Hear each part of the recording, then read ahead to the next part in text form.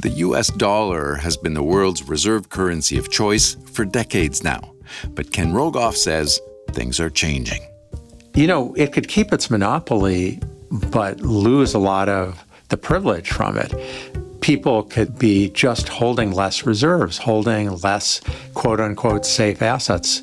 So I do think they're competitors to the dollar at the margin, the euro, crypto, RMB, the pound, the Canadian dollar, and they're all eating away at some of the dollar's dominance. You may know Ken Rogoff for his groundbreaking research on exchange rates and central bank independence, but you may also know him as a world chess champion of the 70s.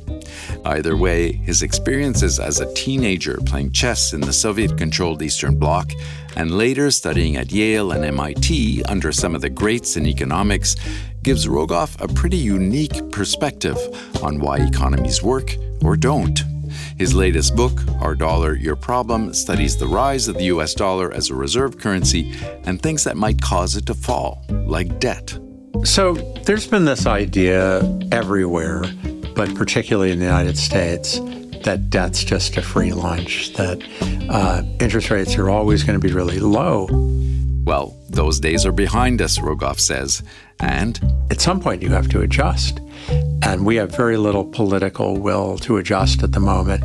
It's very hard to persuade Congress, to persuade the American people to rein things in until you hit a cliff.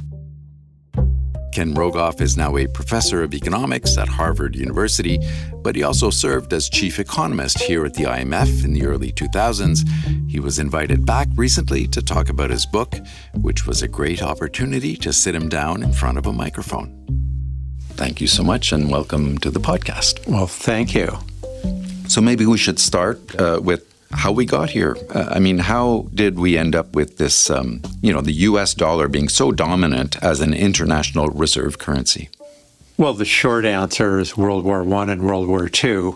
World War I really crippled the British economy, and sterling was the dominant currency. It stayed a dominant currency despite all that they lost in the war. The U.S. lost a lot in the war, but the U.K. lost much more. The U.S. began to rise in that period. And then after World War II, the U.K. empire just crumbled. The U.K. was broke. It was very hard to think about being a reserve currency. And beyond that, at the end of World War II, by many measures, the U.S. was 45% of global GDP. Wow. It was nobody else. The United States lost many lives. We paid a dear price in World War II, but compared to Europe, the United States was almost unscathed.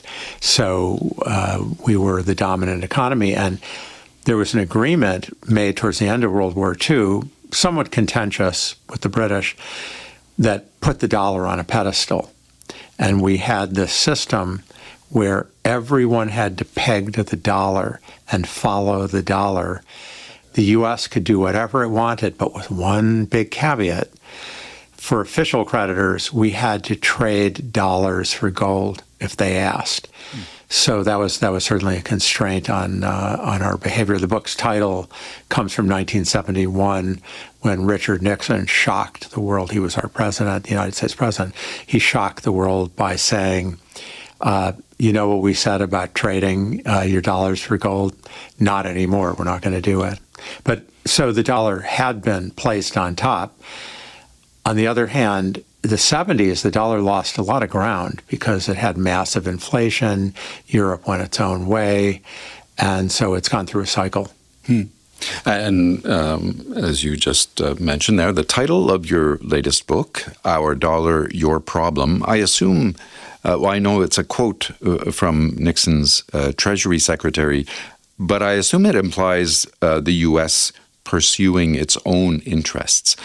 Hasn't that always been the case? I mean, what's different this time around in terms of the U.S. using the strength of its dollar to bolster its position in the global economy? Well, let's go to 1971 first. Okay. The title captures the arrogance of the U.S. We went off gold, and the Europeans, the Japanese, the Canadians, who, by the way, were really the only ones who were on the dollar standard. Nobody else, everyone else, had very controlled and repressed economies for the most part. The ministers in Europe meeting in Rome, where our Treasury Secretary, John R. Connolly, went and said, "What are we supposed to do with all these Treasury bills? You're inflating." And John R. Connolly said, "Well, it's our dollar, that's your problem." And that arrogance is something I've never liked. But also, we didn't realize that by getting rid of the gold standard, we didn't have a plan for how to control inflation. It was our problem. That was a disastrous decade for the United States. So, fast forwarding to today, when we do things like undermine Federal Reserve independence, when we have budget deficit problems and debt problems that threaten inflation stability, financial stability, it is a problem for everyone. But it's also a problem for the United States. So, that's really very much where the parallel is today. We're doing all these policies that throw turmoil into the system and might end up leading to a better situation than if nothing happened. I'm skeptical, but trying to keep an open mind. But I think a lot of the suffering for the instability will be us in the United States. So if you don't mind, I'd like to step back a little bit and get more of a sense of your beginnings. And a lot of our listeners will know you not only as a world-renowned economist, but as a chess grandmaster, and a title that you won in your teens, 16, I think it was.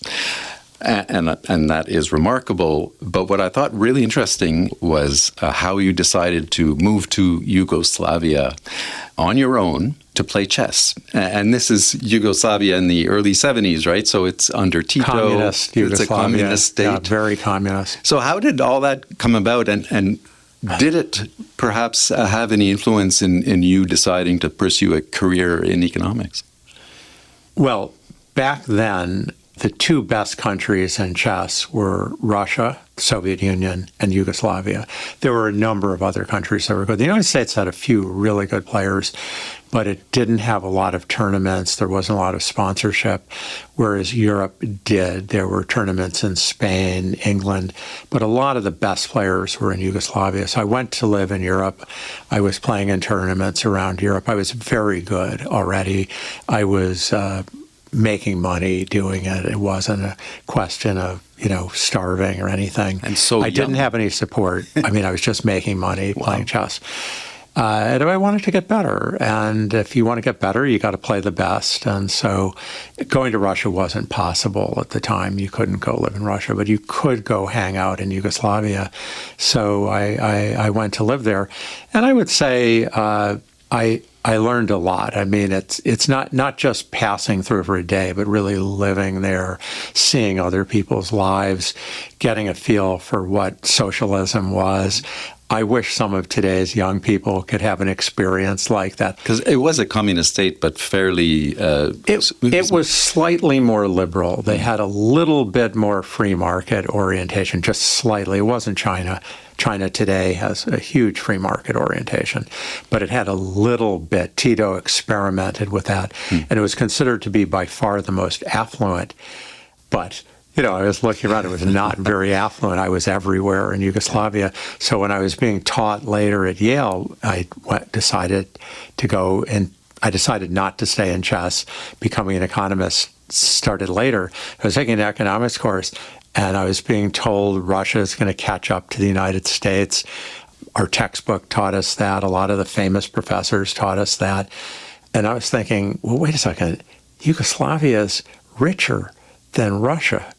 And, I stayed in the student dormitories where they had no running water, basically. I went off in the countryside. I saw what it looked like in Belgrade. And I tell a story in the book where, I once bought I didn't know anything about wearing suits. I had an electric blue suit, but you travel around, and where I looked ridiculous in New York. And you described that suit in the book as being the discount rack electric blue polyester suit. I paid nothing for it because I didn't know that it was important.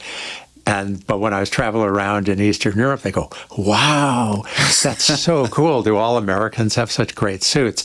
So it gave me some skepticism about that when I was taught that. I love that story because you use that to sort of explain how the Soviet economy worked at the time, in terms of the sort of limited availability of products. The command and control economy, the way it worked back then, it's sort of hard for people to imagine who live in today's world. The government told factories what to produce. But of course, in fashion, how do you know what people are going to want? Well, they don't care. So everyone gets a gray suit. That's what the fashion's going to be. And it was like that all over Eastern Europe. They just had all not very nice material, and they were drab gray suits. So when they saw me in an electric blue suit, that was just, wow, the coolest person. So, and going back to that circumstance where you bought this suit, you were going into your Rhodes Scholarship interview. Yeah, okay. And like all that experience you had in these countries, how did all that work for you in the interview? Well, I mean, I didn't get my Rhodes Scholarship, which maybe I could have or should have, but I was asked by one of the questioners, "Is Russia going to catch up?" And I said I didn't think so. And he just huffed at me, "You don't know anything. You're presenting yourself as an economist. Did you read Samuelson? Do you have any idea what's going on?" But it was a good life experience. So we know what the outcome was there. The ruble never did really challenge the dollar. Yeah, but I mean, things could have gone differently. Russia had its moments when it could have gone the direction of China. There were these Brezhnev-Kosygin reforms. Brezhnev later became president of Russia. But it could have gone differently. He had these liberalization ideas. It almost caught fire, but it didn't, which are very similar to things China did later. So, I mean, that's one of these turns where Russia, I don't think their system could have necessarily rivaled the United States, but it could have been a lot bigger, more stable than it turned out to be. So, in more recent history, has there been any real sort of threat to dollar dominance? Well, the yen was a big deal. I mean, there was a period where the Japanese economy seemed to be overtaking the U.S. I now teach at Harvard, and some of my distinguished, even older than I am, colleagues had books about how, we all have to imitate Japan. And Japan back then had half the population of the U.S., but let's not forget the United Kingdom had a quarter of the population of France, much less Germany. That's not a big deal. Their stock market was worth more than the U.S. Their land was worth more than the U.S. They seemed to be just crushing us in everything.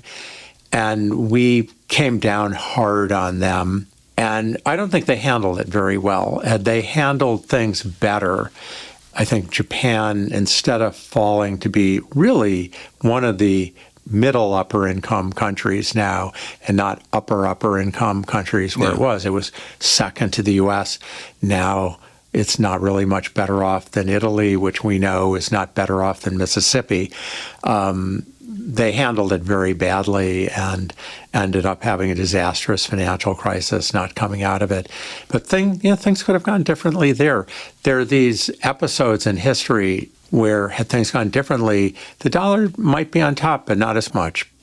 And then, as far as China goes, they made this decision to basically peg to the dollar for a long time, worked. But there was a period, even starting when I was chief economist at the IMF, where we're saying, you shouldn't do this anymore. Why are you doing this? You're a big country. You should have your own monetary policy.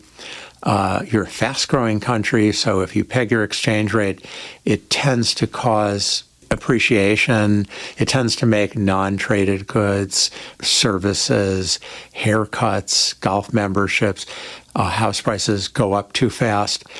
you're going to get inflation. You don't want to have it. Yeah. And I will say, I talk about it in the book. I think back then I didn't understand all the dimensions of the problem they were facing. Mm-hmm. But we were telling them, and, I continued to tell them that, and many people did, you should pull off of this.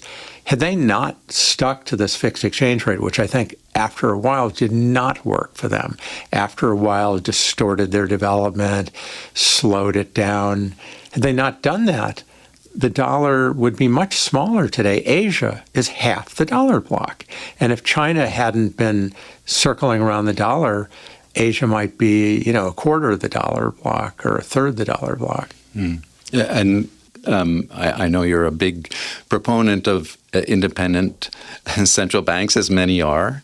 Do you worry about that these days? And I know all eyes are on the U.S. right now, but I mean, more generally, do you think that central banks around the world are going to eventually become, or there's pressures for them to become less independent? Those pressures have been going on for a long time. So first, I think when I actually visited the fund in 1982, I wrote the first draft of what I think was the first paper on why you should have an independent central bank and how to use it. Theoretical model. There certainly been commentators, who'd made that, but how it could be a way of dealing with inflation. And I think it's been. There are other people who contributed for sure, but I think it's been the most impactful policy innovation of the last 70 years. People can disagree, but it's been so successful that people forgot why they needed it. So you see these populist pressures from the left, from the right. I mean, in the left, you see this in Europe. They want the central bank to help with the environment, to help with inequality, governance, et cetera, et cetera. You saw this at the Federal Reserve, where there was all this pressure to do these things. You saw it all over the world. The pandemic was a wake-up call in a lot of places about that. Maybe we just, should have them focus on their knitting and not have all this mission creep. But there's still a lot of pressures, and then particularly in the United States, where it's somewhat unique, but central bank independence is under assault everywhere. I've been actually writing about that long before Trump came in. I gave a talk at the IMF a couple years ago, a major G30 lecture about that. And so it's worried me, but never more than now.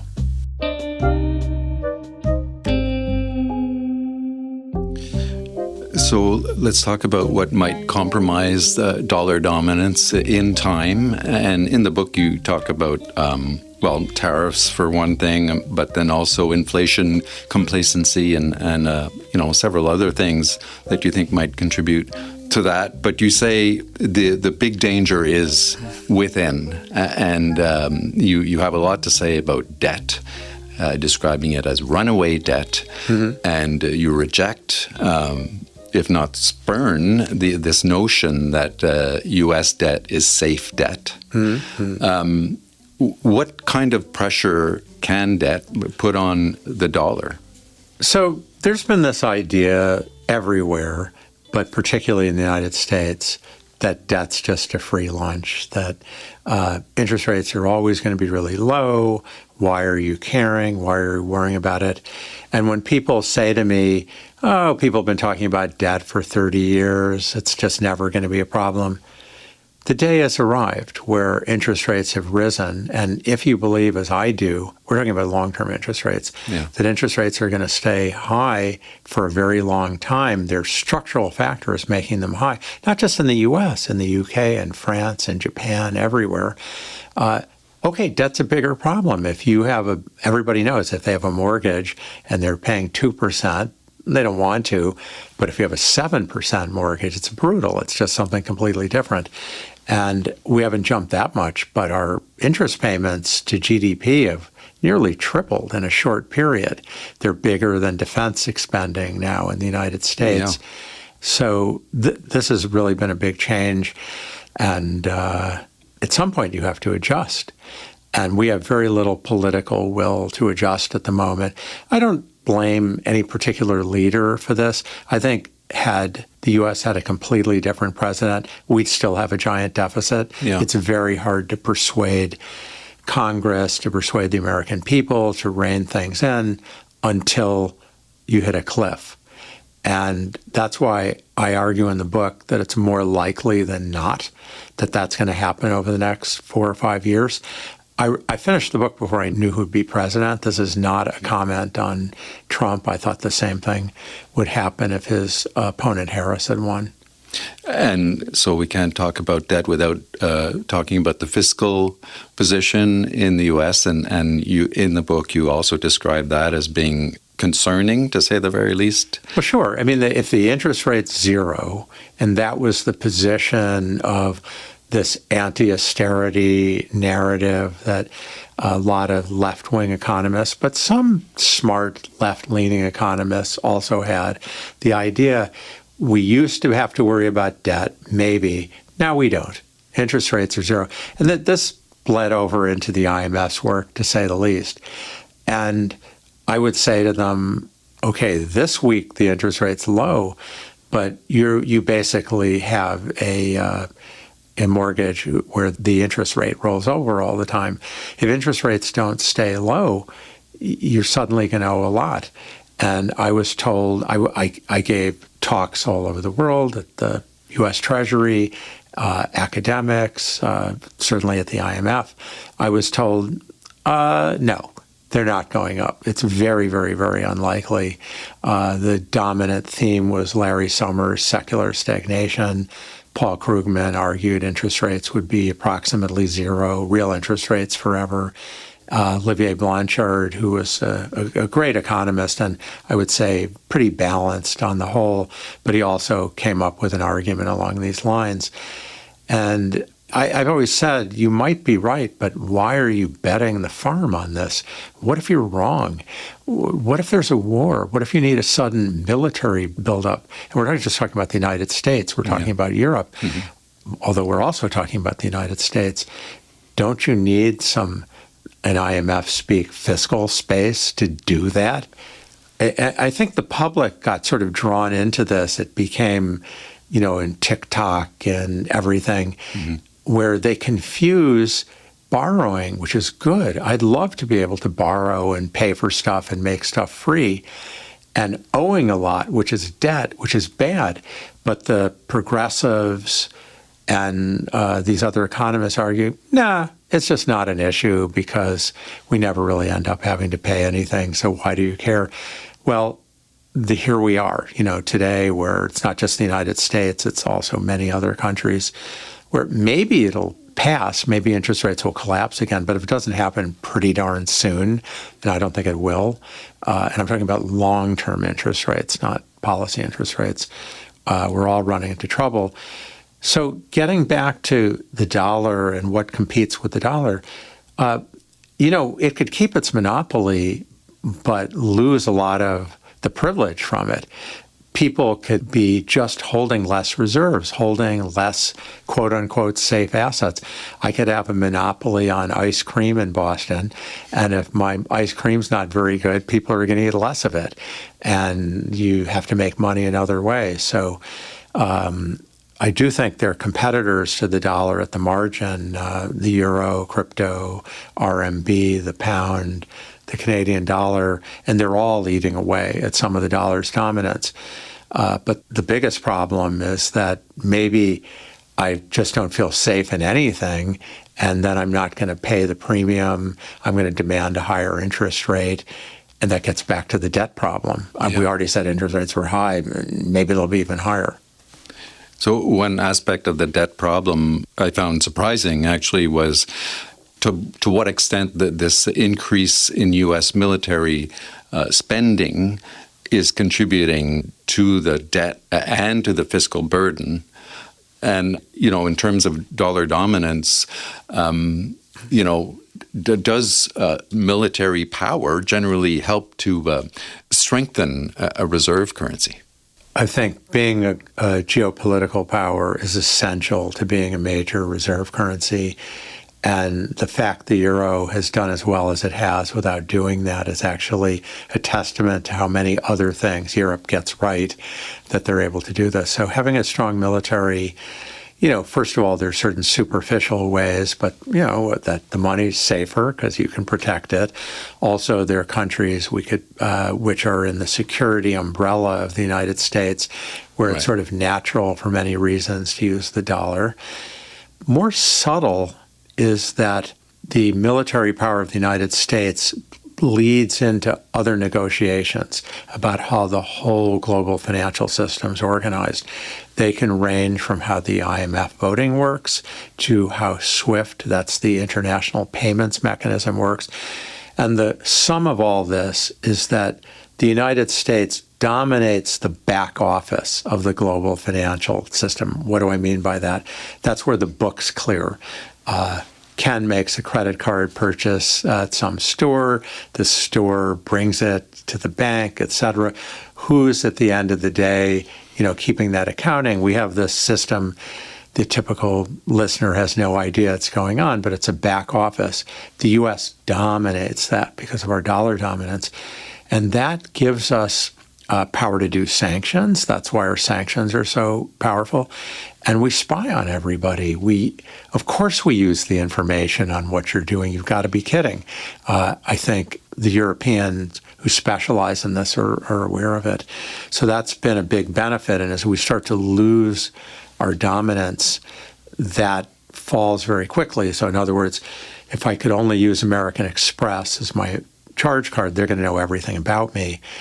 But if I start to have alternatives, they may not be as big in the market, but when I want to do something I don't want American Express to know, I'll use MasterCard or Visa. And I think that's what we're going to see going forward. So finally, you describe in the book, there are moments in history where, dollar dominance, it seemed inevitable that it would fail or fall, and yet it prevailed. As a chess grandmaster who's learned to read the board and to sort of envision moves and try and figure out outcomes, can you see a scenario anytime soon where the dollar might lose some of its strength?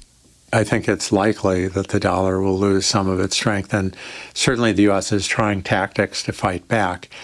But let's remember, the dollar lost Europe. Europe used to be the whole deal. There's the U.S., Europe was the rest of the dollar bloc, and Canada and Japan. Yeah. There was nobody else in the dollar bloc, and Europe is gone. They're on the euro.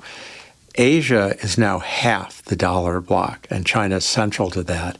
We're not going to keep China indefinitely. That's ridiculous. They're going to become a much more influential regional currency, maybe some trade with Africa. And anything people say about, they don't have rule of law, this and that, they have too many capital controls, that's nonsense. I mean, you can go back to many other examples where countries have been significant reserve currencies in that way. The United States had all kinds of controls in the 50s, the 60s, way into the 70s. We were still the dominant currency. They can take a big share of the market. They have a big incentive to do it. We're not going to be using the RMB in New York much anyway. Mm-hmm. But just the way under Nixon, that's where the title comes from, Our Dollar, Your Problem, just the same way that Europe was gone, I think China's going to be gone at some point. And that's a huge hole that brings a lot of other countries partly with it.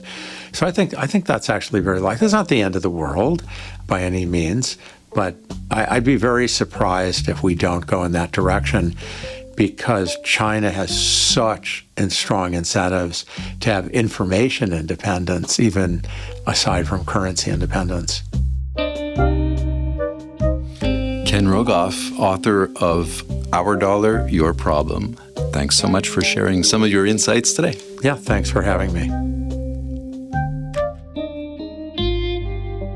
Again, that was Ken Rogoff, Chair of International Economics at Harvard University, talking about his latest book, Our Dollar, Your Problem. Look for other IMF podcasts on Apple Podcasts or wherever you listen. You can also follow us on X. Our handle is @IMF_podcast. I'm Bruce Edwards. Thanks for listening.